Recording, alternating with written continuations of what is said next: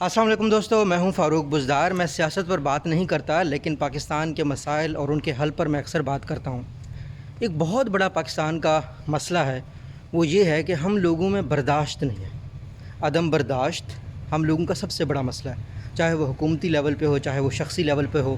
ایک باس اگر ہمارے سر کے اوپر 1-2 سال سے زیادہ رہے تو وہ ہمیں زہر لگنے لگ جاتا ہے۔ ایک حکومت 1-2 سال سے زیادہ رہے تو وہ ہمیں زہر لگنے لگ جاتا ہے۔ 2017 میں نواز شریف کی اچھی خاصی حکومت جو صحیح کام کر رہی تھی، اس کو ہم نے ریموو کیا کیونکہ ہمیں وہ اچھے نہیں لگ رہے تھے۔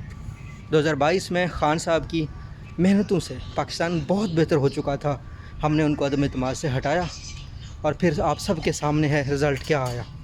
تو جس کو بھی بھائی 5 سال دو، اس کو 5 سال پورے کرنے دو۔ میں خود ملیشیا میں رہتا ہوں، یہاں 20 سال کی ترقی مہاتیر کو 20 سال پرائم منسٹر رہنے سے ہوا ہے۔ دنیا میں جہاں بھی ترقی ہوتی ہے، امریکہ والے بھی ایک پریزیڈنٹ کو 8 سال دیتے ہیں۔ بھائی ٹائم دو ملکوں کو۔